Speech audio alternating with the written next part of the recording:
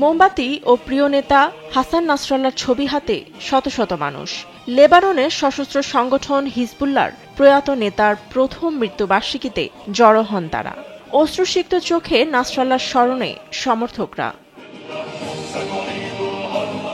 2024 সালে 27 সেপ্টেম্বর লেবাননের রাজধানী বৈরুতের দক্ষিণ উপকূলে হাসান নাসরাল্লাহকে লক্ষ্য করে ক্ষেপণাস্ত্র নিক্ষেপ করে ইসরায়েল। মারা যান তিনি সহ সংগঠনের কয়েকজন শীর্ষ নেতাকর্মী, যিনি 32 বছর আগলে রাখেন হিজবুল্লাহ দলটিকে, সংগঠনকে আঞ্চলিক শক্তিতে রূপ দেন। তার মৃত্যু ছিল হিজবুল্লাহ ও ইরানের জন্য বড় ধাক্কা।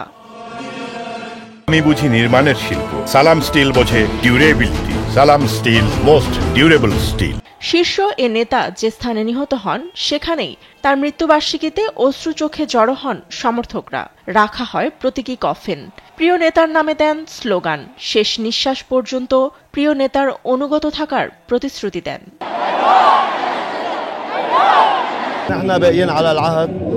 আমরা শেষ নিঃশ্বাস পর্যন্ত হাসান নাসরাল্লাহর প্রতি বিশ্বস্ত থাকব।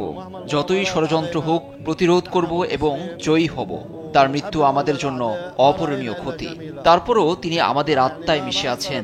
ইসরায়েলের ধ্বংস অনিবার্য।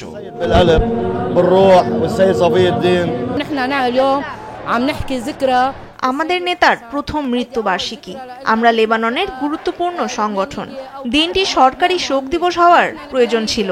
আশা করি প্রধানমন্ত্রী ও প্রেসিডেন্ট বিবেচনা করবেন। আমরা অস্ত্র সমর্পণ করব না। 2024 নভেম্বরে ইসরায়েল লেবাননের যুদ্ধবিরতি কার্যকর হয়। চুক্তি লঙ্ঘন করে লেবাননের দক্ষিণে প্রায়শই চলছে ইসরায়েলি হামলা, যেখানে বেশিরভাগই প্রাণ হারাচ্ছেন সাধারণ মানুষ। ফাতেমা তাসনিম, নিউজ ডেস্ক, দেশ টিভি।